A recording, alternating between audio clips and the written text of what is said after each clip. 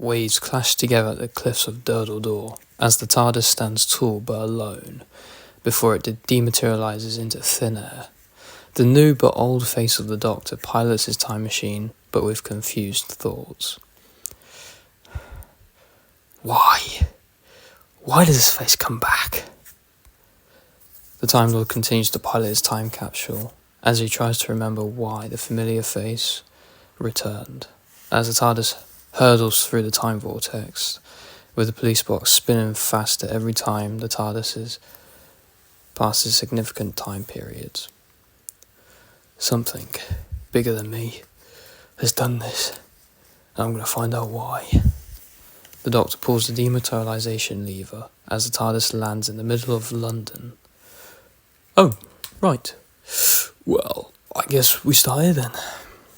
The 14th Doctor roams through the busy streets of London as he starts to recognise which time period he is in, as people gather around a nearby football stadium with crowds chanting.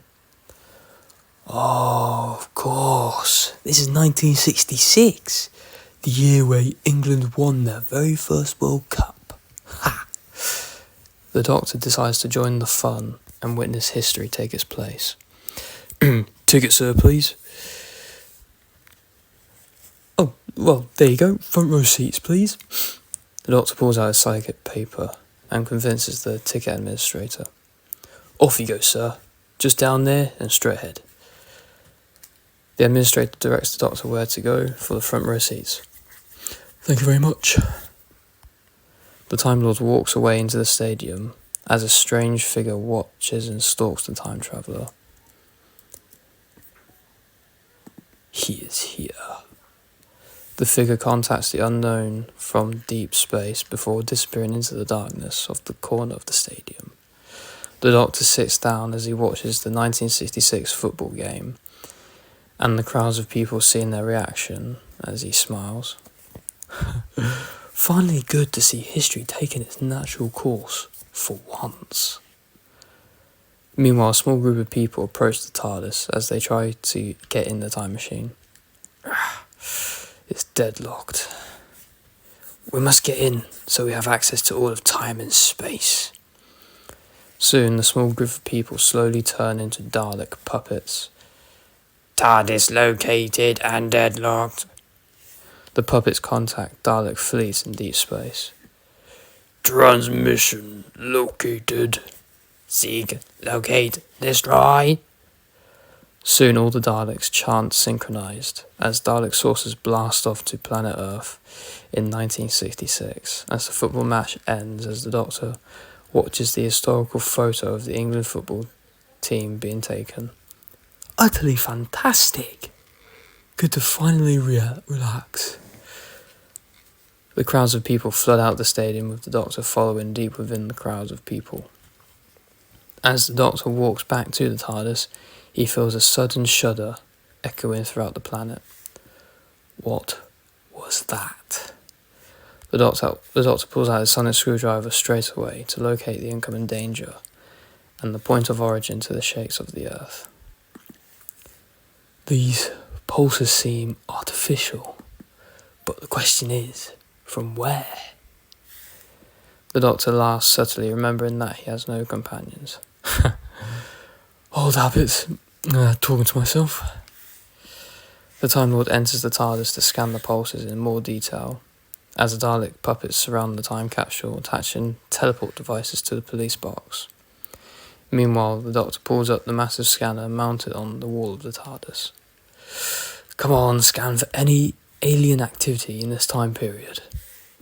The TARDIS scans the Earth for any recent activity as a continuous beep echoes through the console room, while the Doctor stands watching his scanner as he suddenly feels a hard shake from the TARDIS. Ah!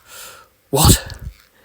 The Dalek puppets watch the police box being teleported to the main Dalek saucer, now orbiting the planet, as the Doctor holds on to the console, trying to break free of the teleport. Ah! This is not possible. The shaking finally stops, throwing the Doctor to the ground of the TARDIS, as the Daleks surround the time machine. Well, I guess we've arrived. The Doctor hesitantly opens the TARDIS door as he sees his old enemy thrive at the height of its power, invading the planet. Doctor! Oh, hello again, Dalek Supreme. Still bossy as ever. You have no escape. Yes, I see you use a teleportation device to bring my TARDIS to you. But the question is, Dalek Supreme, why are you lot here in 1966? We will finally wipe out the human race. The Doctor laughs at the most dangerous race in the universe. Ha! You are joking, right?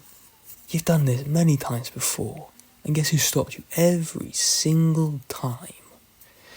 The Doctor's hatred for the Daleks slowly begins to boil. You have no way of stopping us, Doctor. Really? Have you forgotten who I am? The Dalek Supreme stares at the Time Lord. The TARDIS will be destroyed. The Doctor pulls a puzzled look as the TARDIS drops deeper into the ship. No, don't do this again. Bring it back now. You are at our mercy, Doctor, and you will not stop us. The TARDIS falls fast as a circular shaft opens as it gets tossed into the engines of the Dalek saucer as it pulls the TARDIS apart, destroying the crystalline console room. Observe mankind's final day, Doctor. A hologram projection appears in front of the Doctor as he sees multiple Daleks slaughter one human after another. Oh, bad idea showing me that. The Doctor's anger begins to boil over as the Daleks prepare to kill the last Time Lord. Before you lot came along, I was having a nice peaceful day. But now since you have decided to destroy not only my day, but destroy humanity, I only have one thing left to do. And what is that? The Doctor smiles. Exterminate.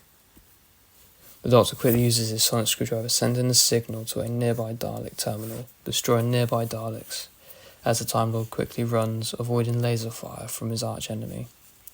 Locate and exterminate the Doctor. The Daleks chant the death of the Doctor, as the Time Traveller runs through many endless corridors aboard the ship, as he unlocks a nearby door with his sonic screwdriver and enters a dark room before shutting the door behind him. Now, where's the lights? The Time Lord struggles as a light finally activates, uncovering the hidden prisoners of many species across the universe.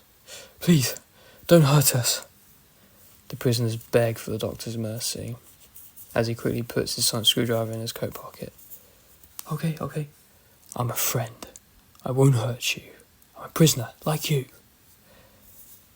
The prisoners begin to calm down as they all sit as the Doctor spots many scars and injuries from the prisoners' bodies. How did all of you get here? We were snatched from our home planets, and we were put to work forcibly to restore the Dalek race. The Doctor sighs as he realises how his old arch-enemy has returned. Of course, the Daleks use slaves to either restore or make themselves stronger than ever. Can you help us escape? The Doctor leans in as he puts his hand on the prisoner's shoulder, reassuring them. Yes, I can, but I can't do it without all of you. The Time Lord smiles, giving them hope as they stand up together, as the Time Traveller puts out his screwdriver, as the prisoner heavily reacts to this. Don't worry, this is a tool that can help us get out, but I need you lot to focus hard and find a way off the ship. The sonic screwdriver unlocks the door as they carefully move out of the room and into the endless corridor of the ship. We must move very carefully. They cannot see us doing this, otherwise we will all die. The Doctor feels a sudden sense of relief as the TARDIS disappears from the engine room of the Dalek saucer, as they move stealthily through the main Dalek saucer. Come on, what's your name? Why is that relevant? Well, in case I want to pop in, buy into your life again in the future and say hello to the man who helped breaking everyone else out of the Daleks' grasp. Well, my name's Dan. Oh, is that it? Yes, I'm afraid. Never knew my parents since they were all slaughtered centuries ago during the last Great Time War. The Doctor receives flashbacks and memories of the Time War spreading across the universe, with the Daleks wiping out civilizations. I am so sorry, Dan. No, it's fine. We just need to focus on getting out of here. The group and the Doctor continue onwards as Dan decides to split from the main group to act his revenge on the Daleks. I hope you can forgive me after this. Dan quickly moves away deeper into the Dalek saucer as the Doctor leads the group to a nearby Dalek pod. Don't worry, they're safe, and they will get you home, no matter if you came from one side of the universe. Just type in your home planet and it will take you there. One prisoner stops and hugs the Doctor. Thank you, Doctor. We are forever in your debt. The Doctor smiles as he sees the Dalek pods again launched away into space as he turns back round. Right. Time to put an end to this bloodshed. The Time Lord marches away as Dan arms himself with Dalek weaponry in the Dalek repair station. This is for my family that you stole away from me centuries ago.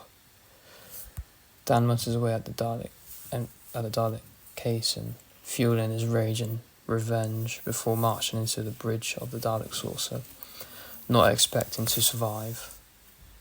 Meanwhile, down below on the planet Earth, the military begin defending the Earth as they begin their attack on the invading Daleks, with London now turning into a war zone in the summer day, while the Doctor enters the bridge.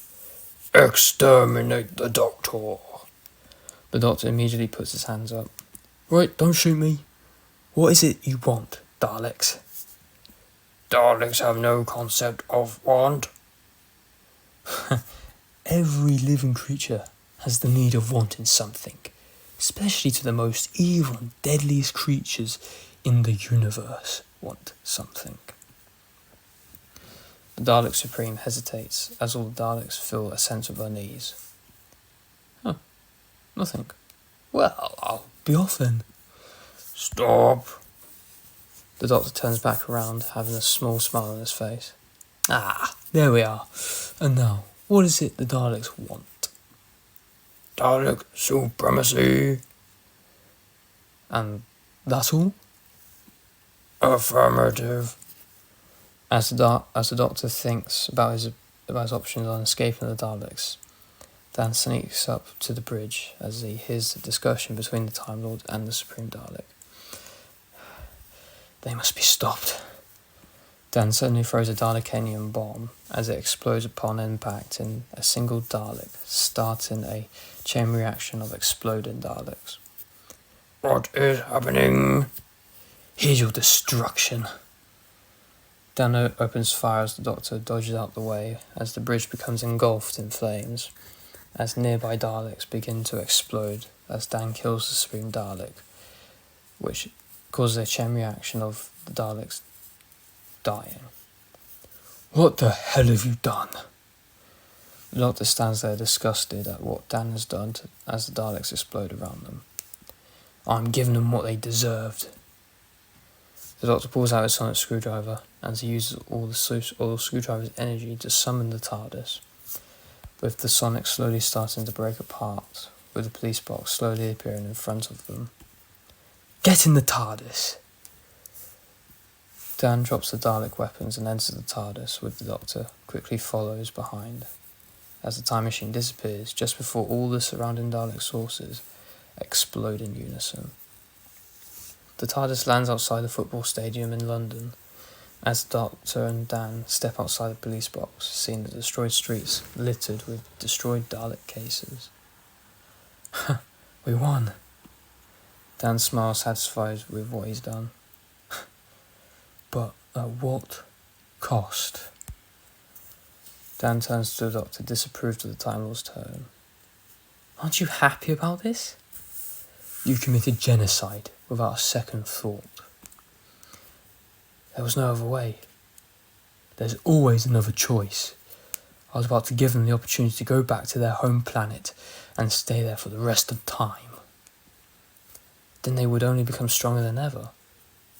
Even the deadliest of creatures deserve to live. How the hell would you know? The argument draws to a close as the Doctor remembers the word Time Lord Victorious spooking him. We're done. The Doctor enters the TARDIS and dematerialises in front of the human colonist, Dan, as the Time Lord pilots the TARDIS, uncontrollably flying into the vortex. Whoa! A little bit of turbulence in the vortex. The Doctor races around the console, flicking switches and levers as the police box navigates through the colourful time vortex. Meanwhile, on Earth, Dan reconsiders his choice and starts to think about the Doctor's words. I'm sorry. I realise I let you down, Doctor. The human colonist ventures out into the city, turning over a new leaf and starting a new life on Earth in 1966, as human history continues.